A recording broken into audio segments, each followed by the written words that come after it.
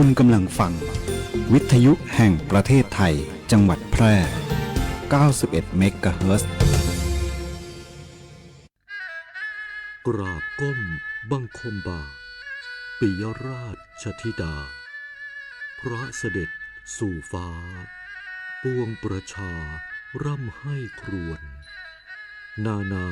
พระกรณียกิจในดวงจิตทวินหวนทุกเร้าเศร้าในสวงพระคือ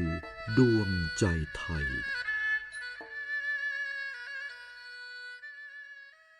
ปัจจุบันการเคลื่อนย้ายแรงงานระหว่างประเทศของไทยเริ่มเปลี่ยนแปลงโดยเฉพาะอย่างยิ่งการเคลื่อนย้ายแรงงานจากประเทศเพื่อนบ้านได้แก่เมียนมาลาวและเวียดนาม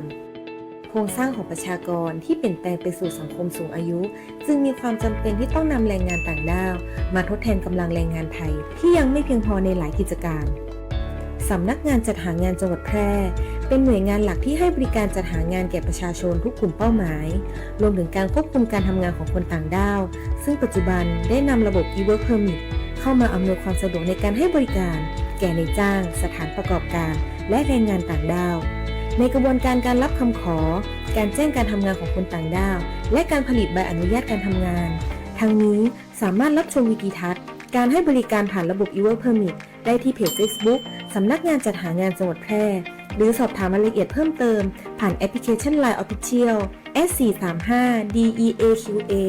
หมายเลขโทรศัพท์ 0545117721 หรือ 0545118807 และสายด่วนกรมการจัดหางาน 1506 กด 2 สำนักงานจัดหางานจังหวัดแพร่มุ่งให้นายจ้างและแรงงานต่างด้าวได้รับการคุ้มครองตามกฎหมายอย่างเป็นธรรมซื้อประกันภัยไม่ต้องรีบแค่เช็คชัดชัวร์ก็ลดเสี่ยง 1. เช็คใบอนุญาตตัวแทนและนายหน้าผ่านเว็บไซต์คปภ 2. ชัดอ่านใบเสนอขายและรายละเอียดความคุ้มครองกรมธรรม์ประกันภัยให้ครบถ้วน 3. ชัวร์ช่องทางชำระเบี้ยจ่ายตามที่บริษัทรับรองอย่าลืมเก็บหลักฐานไว้ 3 ขั้นตอนง่ายๆสำหรับการซื้อประกันภัยครั้งต่อไปคนกลางโปร่งใสอุ่นใจได้สิทธิ์ครบสายด่วนคปภ 1186 Line Official @OIC Connect คปภคุ้มครองผู้ทำประกันภัยคุ้มครองคุณ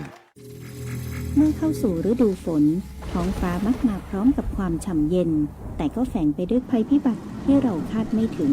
ภัยแรกบนท้องถนนฝนตกถนนลื่นทัศนวิสัยลดลงโปรดลดความเร็วเว้นระยะห่างและเปิดไฟหน้ารถเมื่อฝนตกหนักเพื่อให้ทุกการเดินทางปลอดภัยภัยที่ 2 โรคระบาดร้ายแรงน้ำขังคือแหล่งเพาะพันธุ์ยุงลายต้นเหตุไข้เลือดออกและระวังโรคไข้ฉี่หนูจากการลุยน้ำขังล้างเท้าให้สะอาดทันทีเพื่อป้องกันเชื้อโรคภัยที่ 3 พายุและไฟฟ้ารั่วหลีกเลี่ยงการอยู่ใกล้ต้นไม้ใหญ่ป้ายโฆษณาที่ไม่แข็งแรงอย่าสัมผัสกับเสาไฟหรืออุปกรณ์ไฟฟ้าขณะตัวเปียกชื้นเด็ดขาดเตรียมพร้อมรับมือติดตามข่าวสารสภาพอากาศอย่างใกล้ชิดเพราะความไม่ประมาทคือเกราะคุ้มกันที่ดีที่สุดสำหรับคุณและครอบครัวหากเกิดภัยพิบัติภาวะฉุกเฉินแจ้งสายด่วนปภ1784หรือแจ้งข้อมูลอบจ.แพร่โทร054-532-485ด้วยความห่วงใยจากองค์การบริหารส่วนจังหวัดแพร่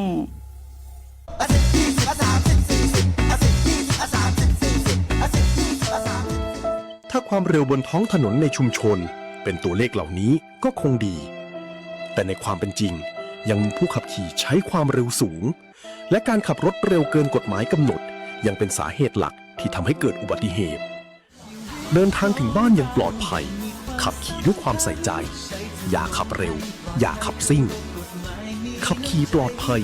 ลดความเร็วลดอุบัติเหตุด้วยความปรารถนาดีจากกองทุนเพื่อความปลอดภัยในการใช้รถใช้ถนนและสำนักงานขนส่งจังหวัดแพร่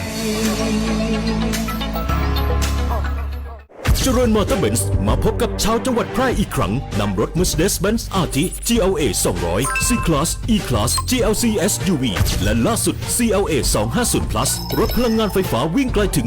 792กิโลเมตรสัมผัสประสบการณ์การขับขี่สุด Exclusive พร้อมรับข้อเสนอที่ดีที่สุดเฉพาะวันอาทิตย์ที่16สิงหาคมนี้ที่ร้านร่มไม้ใหญ่เวลา 9 นาฬิกาถึง 16 นาฬิกาวันเดียวเท่านั้นสอบถามโทร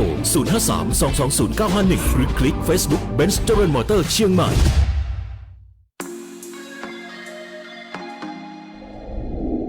คุณกำลังฟังสวทแพร่ FM 91 MHz ให้ความรู้คู่ความสุข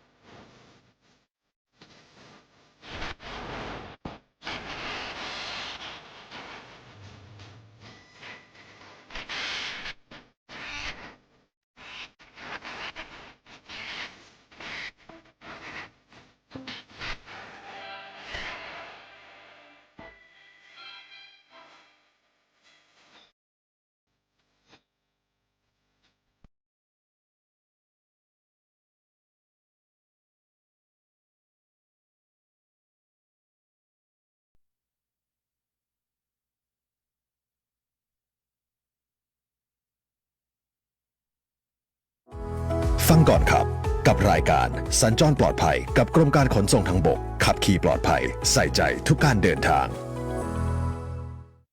สวัสดีเจ้าคุณผู้ฟังเตเขารบหักทุกท่านเจ้ากลับมาในช่วงของรายการ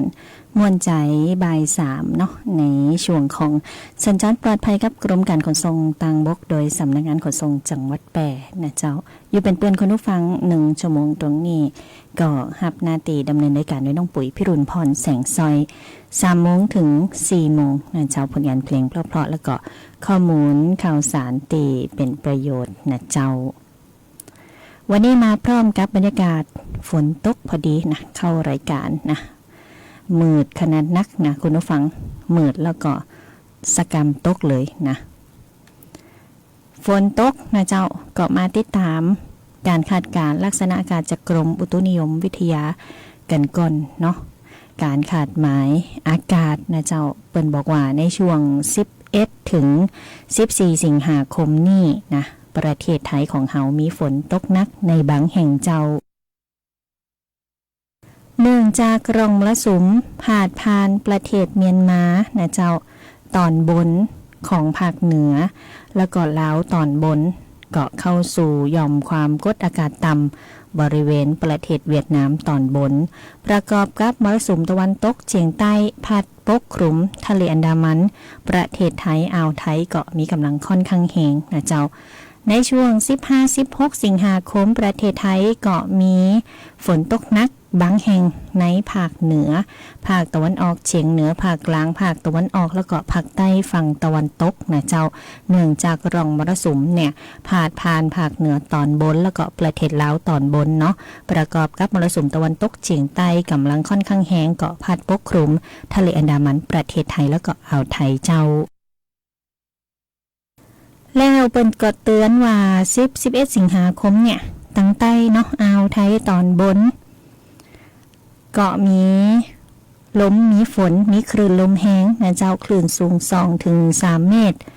บริเวณที่มีฝนฟ้าคะนองคลื่นก็จะสูงนักกว่า3 เมตรนะเจ้าก็ให้เฝ้าระวังนะเช่นกันนะเจ้าถ้าเป็นตั้งใต้เนาะ10-16 สิงหาคมไปเลยนะคุณผู้ฟังอ่าวไทยตอนบนมีคลื่นสูงนะเจ้าก็ใครตีจะไปแอวทะเลเนาะหรือมีธุระป้าปังไปตังปุ่นนะเจ้าก็สำรวจตรวจสอบเช็คสภาพอากาศก่อนออกเดินทางนะเจ้าแล้วก็ข้อควรระวังนะทางกรมอุตุนิยมวิทยาก็เตือนให้ประชาชนบริเวณประเทศไทยระวังอันตรายจากฝนตกหนักฝนตกสะสมนะเจ้าอาจจะยังเกิดน้ำท่วมฉับพลันน้ำป่าไหลหลากน้ำล้นตลิ่งนะโดยเฉพาะพื้นที่ลาดเชิงเขาใกล้กับตังน้ำไหลผ่านนะพื้นที่ลุ่มเนาะแล้วก็ชาวเรือบริเวณอ่าวไทยทะเลอันดามันก็ควรที่จะเดินเรือด้วยความระมัดระวังกันตัวนะเจ้าตั้งเหนือของเฮาก็เฝ้าระวังเรื่องของฝนฟ้าคะนองตัวเนาะตั้งเหนือฝนฟ้าคะนองอยู่ตี60-70%ของพื้นที่เจ้าแล้วก็จะมีฝนตกหนักในบางแห่งตลอดช่วงนะเจ้าก็อุณหภูมิต่ำสุดจะอยู่ตี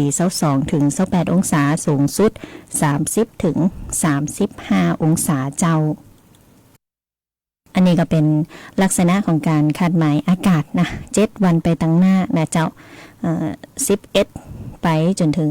16นะคุณผู้ฟัง10-16 สิงหาคมเนาะยังคงมีฝนกันอยู่ในรอบสัปดาห์นี้นะเจ้าส่วนหลายๆพื้นที่เนาะประสบภัยอุทกภัยนะน้ำป่าไหลหลากน้ำท่วมฉับพลันน้ำล้นตลิ่งนะเจ้าน้ำล้นนะก็ต้องมีการเฝ้าระวังกันอยู่บ่ว่าจะเป็นเจียงไฮ้นะแม่ฮ่องสอนน่านนะเจ้าพะเยาเนาะแล้วก็เมืองแปนะเมืองแปก็บางท่านก็บอกว่ารุ่นอยู่เช่นกัน นะเจ้าติดตามเรื่องของสถานการณ์น้ำนะเจ้าวันนี้วันที่10 สิงหาคม 2569สถานีไว้20บ้านห้วยซักอำเภอ2นะเจ้าระดับน้ำตอนนี้ 5.10 เมตรนะเจ้าซึ่งก็ลดลงนะจากช่วง14 นาฬิกา 2 โมงที่ผ่านมานี่5 เมตร 31นะเจ้า3 โมงต้นชั่วโมงนี่5 เมตร 10นะก็ลดลงมาประมาณ20 เซนนะ21 เซนนะแล้วก็สถานีไว้14บ้านน้ำโก้งอำเภอเมืองแปนะเจ้าระดับน้ำเนาะอยู่ที่ 5.58 นะเจ้าก็น้ำได้เพิ่มขึ้นมาแหม10 เซนนะเจ้าตีน้ำโก้งเนาะระดับตลิ่งจะอยู่ที่8 เมตรสาวตอนนี้ตีน้ำโก้ง5 เมตร 58นะเพิ่มขึ้นมาแหม10 เซนในช่วงของ15 นาฬิกา 3 โมงต้นชั่วโมงนี้นะเจ้าก็ติดตามเนาะติดตามน้ำก็ยังคงบ่ได้รับแจ้งในเรื่องของการตีจะวิกฤตเตือนะเจ้าส่วนสถานีไว้37บ้านวังจิ้นนะเจ้าระดับน้ำตีวักจิ้นเนาะระดับน้ำตอนนี้อยู่ที่6 เมตร 58ก็เพิ่มขึ้นมาแหม8 เซนเล็กน้อยนะเจ้าระดับตลิ่งของวังจินจะอยู่ที่11 เมตรนะตอนนี้6 เมตร 58นะเจ้าก็อยู่ในช่วงของการติดตามสถานการณ์น้ำเนาะอย่างหมอหน้าเป็นห่วงนะเจ้าแต่พื้นที่ลุ่ม นะพื้นที่ลาบลุ่มติดกับทางน้ำนะอาจจะท่วมปลาข้าวโพดผ่อง นะเจ้าในบางพื้นที่เนาะเช็คสำรวจตรวจสอบสวนของตนเองนะเจ้าน้ำนักน้ำท่วมขึ้นมาน้ำล้นขึ้นมานะเจ้าก็คำนึงถึงอันตรายต่อชีวิตด้วยนะเจ้าบดีลงไปเนาะของเตือนเนี่ยน้ำเขาอาจจะเป็นน้ำเจียวหรือว่าไปปะใส่งูเหี่ยวเขี้ยวขอนนะคุณผู้ฟังต้องระวังให้ดีเนาะตะเข็บตะขับแมงป่องนะในช่วงตีหนีน้ำท่วมนะเจ้าแล้วขณะนี้ฝนก็ยังคงตกอยู่นะก็ตกหนักนะเจ้าการเดินทางการใจรถใจถนนก็ต้องระมัดระวังกันด้วยความห่วงใยจากทางสำนักงานขนส่งจังหวัดแปรแล้วก็ทางสวทแปร FM 91 เมกะเฮิรตซ์นะเจ้าไปฟังเพลงกันก่อนเจ้าแล้วเดี๋ยวช่วงหน้าก็ยังคงมีข้อมูลข่าวสารมาฝากกันเนาะ แบ่งปันน้ำใจขับขี่ปลอดภัยใส่ใจทุกการเดินทางกรมการขนส่งทางบก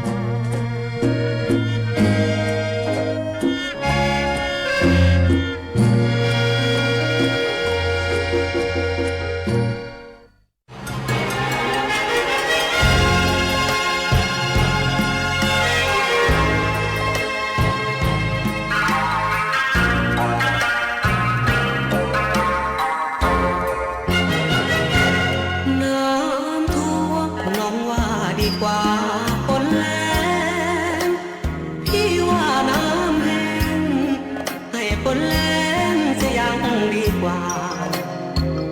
น้ำท่วมปีนี้ทุกบ้านล้วนมีแต่คราบน้ำตาพี่หนี้น้ำขึ้นบนหลังคาน้ำตาไหลคลอสายชนน้ำท่วมใต้ฝุ่นกระหน่ำซ้ำซ้อนเสียงพายุกองเหมือนเสียงของมัจจุราชบนน้ำท่วมที่ไหนก็ต้องเสียใจด้วยกันทุกคนเพราะต้องพบกับความยากจนเหมือนคนหมดเนื้อสิ้นตัวบ้านพี่ก็ถูกน้ำท่วมเหมือนกัน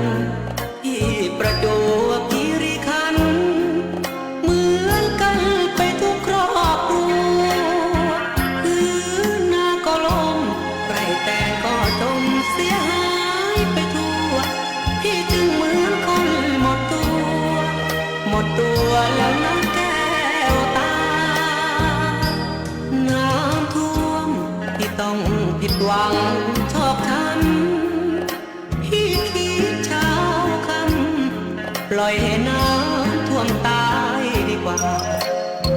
ง้อมอยู่บ้านดอนฉันไม่อาทรถึงพี่สักคราไม่มาช่วยพี่ซับน้ำตาไม่มามองพี่บ้างเลย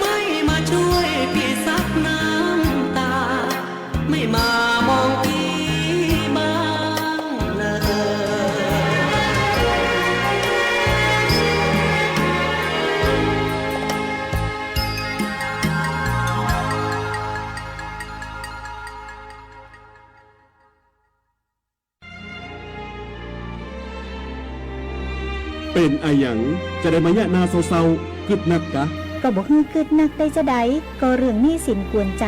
หาตั้งออกก็บ่ได้เนี่ย อ้าวแล้วจะได้บ่ลองไปปรึกษากองทุนฟื้นฟูและพัฒนาเกษตรกรดูล่ะได้ขึ้นทะเบียนเป็นสมาชิกกองทุนไว้แล้วยังแน่สงสัยยังบ่ฮู้แน่ๆเลยก็ถ้าเป็นสมาชิกแล้วมีหนี้ในระบบเกี่ยวกับการเกษตรเขาสามารถยื่นขอขึ้นทะเบียนหนี้กับสำนักงานกองทุนฟื้นฟูและพัฒนาเกษตรกรสาขาแปรได้นะเขาจะให้คำปรึกษาหรือช่วยแก้ปัญหาหนี้สินของเกษตรกรตัวเนอร์ โอ้ยมีจะอีเตกะแล้วถ้าเขาบ่มีหนี้บ่มีสินดุจะมีอันหยังมาส่งเสริมสนับสนุนเกษตรกรพ่องมีเหมือนกันนะเขาก็ไปสมัครเข้าองค์กรหรือจัดตั้งกลุ่มใหม่ร่วมกันบ่น้อยกว่า50คนก็ได้แล้วก็ไปขอรายละเอียดยื่นเสนอแผนและโครงการเพื่อฟื้นฟูและพัฒนาอาชีพของเขาแต่แล้วเขาจะไปติดต่อตังใดอ๋อสำนักงานกองทุนฟื้นฟูและพัฒนาเกษตรกรสาขาแปรตั้งอยู่ตรงข้ามธนาคารออมสินสาขากาดน้ำทองตำบลนาจักอำเภอเมืองแปรจังหวัดแปรโทร054-534-381 หรือ 080-067-1185 เกษตรกรที่ไปติดต่อบ่ได้เสียการใช้จ่ายใดๆทั้งสิ้นนะเจ้าดื่มดับอย่าคิดว่าดื่มแล้วขับจะไม่เป็นอะไรเพราะแอลกอฮอล์จะทำให้สมองช้า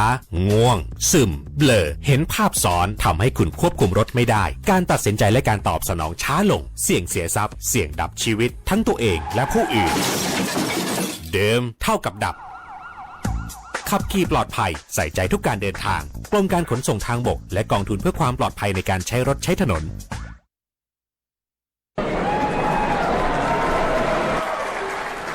เฮ้ยลาบหมูดิบจานนี้เด็ดมากเลือดข้นๆเลยลองชิมดู หรอพี่ แต่ช่วงเนี้ยเขาเตือนเรื่องโรคไข้หูดับกันเยอะนะ กินดิบๆแบบเนี้ยกลัวหูหนวกกลัวตายอะพี่ โถกินมาตั้งนานไม่เห็นเป็นไร ดื่มเหล้าเข้าไปก็ฆ่าเชื้อแล้ว หยุดความคิดนั้นครับ มะนาวหรือเหล้าขาวไม่สามารถฆ่าเชื้อไข้หูดับได้ เชื้อแบคทีเรีย Streptococcus suis ในหมูดิบ เลือดดิบ หรือแผลที่สัมผัสหมูสด สามารถทำให้เกิดเยื่อหุ้มสมองอักเสบ ติดเชื้อในกระแสเลือด จนหูหนวกถาวร หรือเสียชีวิตได้ในไม่กี่วัน ข้อมูลจากกองระบาดวิทยา พบผู้ป่วยและผู้เสียชีวิตอย่างต่อเนื่องทุกปี โดยเฉพาะผู้สูงอายุ ผู้มีโรคประจำตัว และผู้ที่ดื่มสุราเรื้อรัง จะมีอาการรุนแรงกว่าปกติ ปกป้องตัวคุณและคนที่คุณรัก ด้วยหลัก สุก ร้อน สะอาด ปรุงเนื้อหมูให้สุกด้วยความร้อนทั่วถึง แยกอุปกรณ์ มีด เขียง ตะเกียบสำหรับหมูดิบและหมูสุก และสวมถุงมือทุกครั้งที่ต้องหยิบจับเนื้อหมูสด เลิกกินดิบเพื่อชีวิตที่ปลอดภัย ด้วยความปรารถนาดีจากสำนักงานป้องกันควบคุมโรคที่ 1 เชียงใหม่ กรมควบคุมโรค กระทรวงสาธารณสุข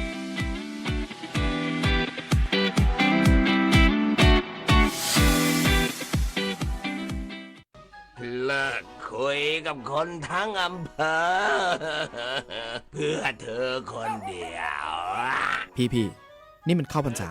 ไม่งดเหล้าบ้างเหรอ ไม่หัวใจพี่อ่อนแอ งดเหล้าเข้าพรรษาไม่พักใจก็พักตับพักไตบ้างเถอะครับ ทุกครั้งที่ดื่มเซลล์ตับยิ่งทำงานหนักและถูกทำลายมากขึ้น เกิดภาวะพังผืดและเป็นแผลในเนื้อเยื่อตับ ใจไม่แข็งตับแข็งนะครับ เมื่อเข้าสู่ฤดูฝน ท้องฟ้ามักมาพร้อมกับความฉ่ำเย็น แต่ก็แฝงไปด้วยภัยพิบัติที่เราคาดไม่ถึง ภัยแรกบนท้องถนน ฝนตก ถนนลื่น ทัศนวิสัยลดลง โปรดลดความเร็ว เว้นระยะห่าง และเปิดไฟหน้ารถเมื่อฝนตกหนัก เพื่อให้ทุกการเดินทางปลอดภัย ภัยที่ 2 โรคระบาดร้ายแรง น้ำขัง คือแหล่งเพาะพันธุ์ยุงลาย ต้นเหตุไข้เลือดออก และระวังโรคไข้ฉี่หนูจากการลุยน้ำขัง ล้างเท้าให้สะอาดทันที เพื่อป้องกันเชื้อโรค ภัยที่ 3 พายุและไฟฟ้ารั่ว หลีกเลี่ยงการอยู่ใกล้ต้นไม้ใหญ่ ป้ายโฆษณาที่ไม่แข็งแรง อย่าสัมผัสกับเสาไฟ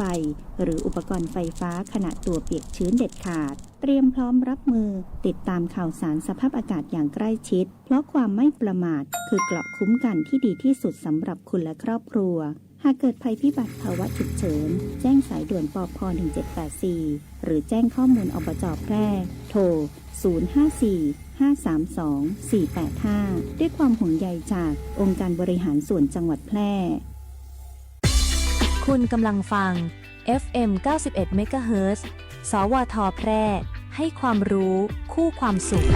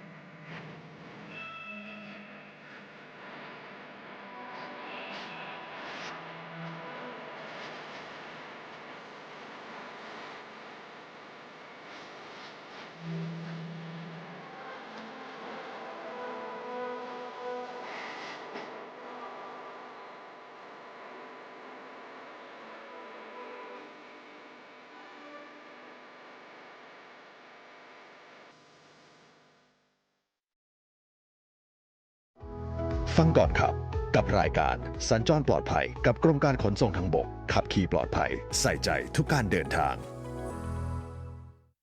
เจ้าคุณผู้ฟังกลับเข้ามาในช่วงของรายการมนใจใบ3นะเจ้าสัญจรปลอดภัยกับกรมการขนส่งทางบกโดยสำนักงานขนส่งจังหวัดแปร่นะอยู่ด้วยกัน1ชั่วโมงตรงนี้นะเจ้าผลงานเพลงลูกทุ่งเพราะๆเนาะพร้อมกับข้อมูลข่าวสารตีประชาสัมพันธ์นะเจ้าคุณผู้ฟังเจ้าในรอบสัปดาห์นี้เนาะทางกรมการขนส่งทางบกเปิ้นก็ยังคงย้ำเตือนนะเจ้าในเรื่องของการให้ประชาชนเนี่ยได้ระวังมิจฉาชีพเนาะแอบอ้างชื่อของกรมการขนส่งทางบกนะเจ้าก็ขอให้ประชาชนเนี่ยเพิ่มความระมัดระวังนะเพราะว่าเปิ้นมีการพบกลุ่มมิจฉาชีพอยู่ตลอดเนาะที่อาจจะมาชกฉวยโอกาสแอบอ้างกับคนผู้ฟังประชาชนว่าตัวเขานั่นเป็นเจ้าหน้าที่นะเจ้าหรือว่าใจซื้อหรือข้อมูลที่เกี่ยวข้องกับกรมการขนส่งทางบกเนาะเราก็เอามาสร้างความน่าเชื่อถือแอบอ้างหลอกลวงให้ประชาชนได้เปิดเผยข้อมูลส่วนบุคคลข้อมูลส่วนตัวหรือการทำธุรกรรมทางการเงินนะเจ้าโดยกรมการขนส่งทางบกเป็นบอกว่าไม่ได้มีนโยบายโทรศัพท์ข้อมูลในการโทรไปขอข้อมูลส่วนบุคคลโทรไปห้องเก็บกาปรับกาภาษีต่างๆหรือบ่มีการส่งลิงก์ส่ง SMS ส่งไลน์ผ่านแอปพลิเคชันอย่างใดๆนะเจ้าผ่านสื่อโซเชียลบ่มีเนาะเพื่อให้ประชาชนเนี่ยไปดำเนินธุรกรรมทางการเงินนะถ้าถูกทวงถามหรือว่าถูกแอบอ้างผ่านช่องทางเราเนี่ยก็ขอให้ตีไว้เลยนะว่าเป็นมิจฉาชีพนะเจ้าบอดี้คลิกลิงก์นะบอดี้ดาวน์โหลดแอปพลิเคชันที่เขาส่งมาให้บอดี้กดเงินกดทองกดสตังค์นะตามคำแนะนำของบุคคลที่เชื่อถือบ่ได้นะเจ้าให้ตรวจสอบข้อมูลผ่านช่องทางของกรมการขนส่งทางบกเตาอันนะเจ้าใครมีปัญหาแล้วนี่เนาะติดต่อตีสำนักงานขนส่งใกล้บ้านทันได้เลยนะเจ้าหากได้รับข้อความหรือว่าการติดต่อที่น่าสงสัยนะย้ำเลยนะคุณผู้ฟังบดีหลงเจือบดีคลิกหรือว่าดำเนินการทางธุรกรรมหรืออย่างใดๆนะเจ้าบอกปัดไปเลยวางสายไปเลยนะเจ้าเกาะไปตรวจสอบได้ที่สำนักงานขนส่งใกล้บ้านทันนะเจ้าระวังด้วยเนาะเพจปลอมเฟซปลอมไลน์ปลอมใบขับขี่ปลอมนะเจ้าใบขับขี่นี่ฮอตฮิตเหลือเกินนะมีเป็นประจำทุกปีขนาดว่าประชาสัมพันธ์ให้ได้ฟังแล้วนะบดีดำเนินการกับผู้ที่แอบอ้างมาจะทำใบขับขี่นะเพราะว่าใบขับขี่เนี่ยก็ต้องดำเนินการด้วยตัวเองทุกขั้นตอนนะเจ้าก็ยังคงมีคนหลงเชื่ออยู่นะเจ้าน้องปุ๋ยก็มันมาประชาสัมพันธ์ให้ฟังเนาะแล้วก็ทางกรมการขนส่งทางบกเปิ้นก็ออกมาย้ำมาเตือนทุกเดือนนะเจ้าก็เอาข้อมูลเราเนี่ยมาประชาสัมพันธ์ให้ได้ติดตามรับฟังมาย้ำเนาะว่ากรมการขนส่งทางบกเปิ้นก็เตือนอยู่ตลอดนะให้ระวังมิจฉาชีพนะเจ้าห้ามไปอย่างนะโดยที่มีคนมาแอบอ้างนะเจ้าทุกขั้นตอนนะก็จะต้องดำเนินการด้วยตัวเองที่สำนักงานขนส่งเตาอั้นนะเจ้าก็อยากจะแนะนำให้คุณผู้ฟังประชาชนเนี่ยได้เช็คข้อมูลให้ถูกต้องก่อนนะเจ้าเช็คให้ชัวร์ก่อนแชร์นะเช็คให้ถูกต้องก่อนที่จะส่งข่าวต่อไปแล้วก็บดีลงเชื่อนะผู้ที่แอบอ้างจะทำใบขับขี่ปลอมก็ดีหรือว่าอ้างเป็นเจ้าหน้าที่นะมาห้องเก็บสตังค์ห้องเก็บภาษีอย่างนี้บ่มีนะเจ้าคุณฟังนะบ่มีใดๆทั้งสิ้นต้องดำเนินการตีสำนักงานขนส่งจังหวัดหรือสำนักงานขนส่งสาขาในพื้นที่ไกลบ้านทันเตาอันนะเจ้าเนาะ ก็ต้องแจ้งเตือนกันอยู่ตลอดนะเจ้าฮื้อใจฮื้อตางฮื้อชีวิตฮื้อความสุขเนาะใครมีปัญหาหรือว่ามีข้อสงสัยอยากจะสอบถามหรือแจ้งเบาะแสนะสายด่วน1584กรมการขนส่งทางบกได้ตลอด24ชั่วโมงเลยนะคุณฟังแล้วแต่เฮาแล้วแต่ทันจะประชาสัมพันธ์เนาะได้หมดนะเฮาจะต้องช่วยกันนะเป็นหูเป็นตาจะได้ปลอดภัยจากมิจฉาชีพนะเจ้าก็เป็นข้อมูลในช่วงนี้นะฟังผลงานเพลงกันต่อเจ้า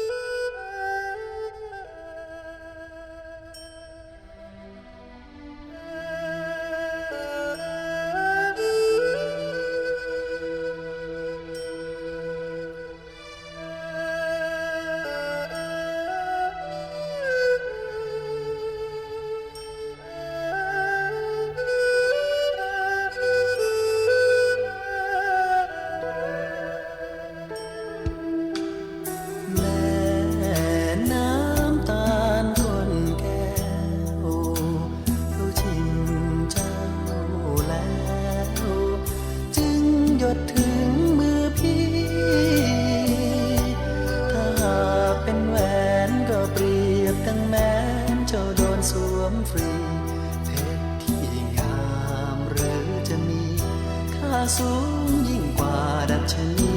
ของนางแม่น้ำตาลก้นแก้วเขาชิมเบื่อแล้วจึงถูกเขาทิ้งขว้างสูญสิ้นความสาวแล้วเจ้าจึงรู้ว่าเดินหลงทางยังรักไม่จางรักนางเสมอถึงพี่เป็นมือสองรองคนอื่นพี่ก็ยังยิ้มชื่นตอนรับการกลับของเธอตักพี่ยังว่างอกพี่ยังอุ่นเสมอผ่านจากกลับมาเธอพี่หลงละเมอเพ้อเฝ้าไฟฝันแม่น้ำตาลก้นแก้วเขาชิมเจ้าแล้วพี่ก็ขอรักมันถึงจะเหลือเด่นเพราะผ่านคนชิมมานานแสนนานพี่ก็ยังต้องการรองรับรสหวานน้ำตาลข้นแก้ว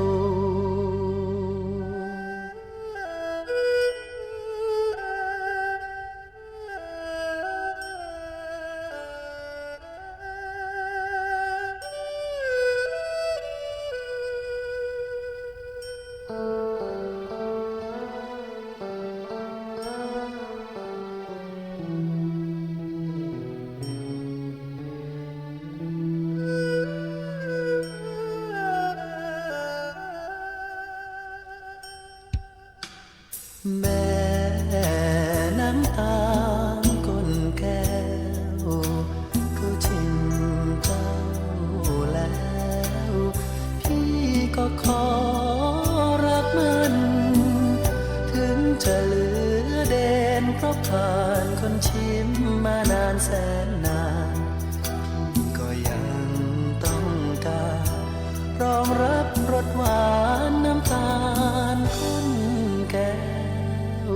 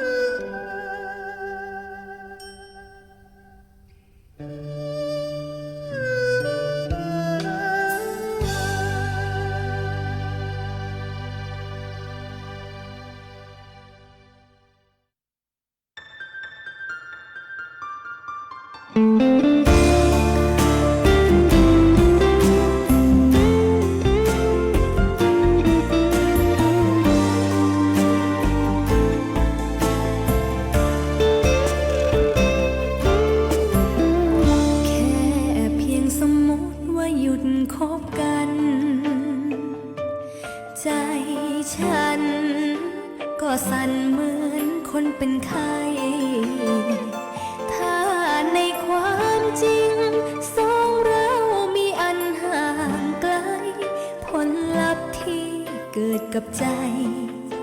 ก็คงเหมือนตายจากกันด้วยความรักนั้นก้าวผ่านห้องใจอ่อนไหวเพลอใจให้เธอเกินกันขอบคุณเวลานำพาเราใกล้ชิดกันจากเพื่อนเลื่อนเป็นผูกพันเพียงก้าวห่างกันวันไหนถ้าเธอไม่ได้หัวใจขอสารภาพกดโทรศัพท์รับช้าก็ยังน้อยใจอยู่ใกล้จนชินไม่อยากได้ยินคำว่าห่างไกลขอร้องอย่าทำร้ายใจด้วยการหนีไปห่างกันถ้าสิ่งใดนั้นที่ผ่านพ้นมานั่งนานจนเธอไร้ความเชื่อมั่นเจ็บจนเหลืออดก็โกรธได้แต่อย่านานเพราะใจที่ทรมานคอยนานจะผ่านสิ้นลม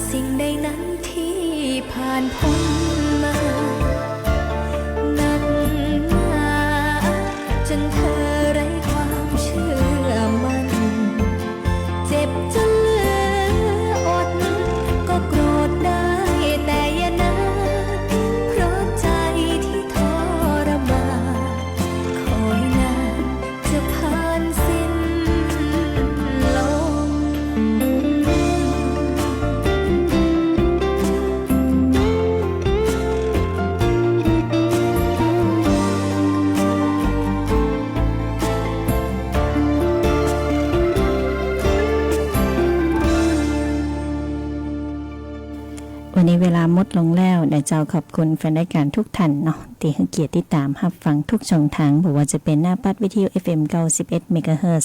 วิทยุออนไลน์รวมไปถึงต่างหน้าเพจ Facebook Live นะเจ้าหน้าเพจก็ทักทายปีสุริรัตน์กันตัวนะอยู่กับน้องปุ๋ยตลอด นะเจ้าขอบพระคุณเป็นอย่างยิ่งเนาะส่งสติ๊กเกอร์เข้ามาเป็นกำลังอกกำลังใจกันนะเจ้าฝากกดไลค์กดแชร์ตัวแล้วก็จะได้ติดตามข้อมูลข่าวสารดีๆจากต่างสวทแปรนะเจ้าสำหรับในวันนี้เนาะห่วงใยทุกการเดินทางจากสำนักงานขนส่งจังหวัดแปรนะขอให้ทุกท่านใจรถใจถนนด้วยความระมัดระวังในช่วงตีฝนตกลมแห้งนะเจ้าแล้วก็ตีขาดบ่ได้ในช่วงของหน้าฝนนะบ่ได้ลืมนะเจ้าเช็ครถนะไฟหน้า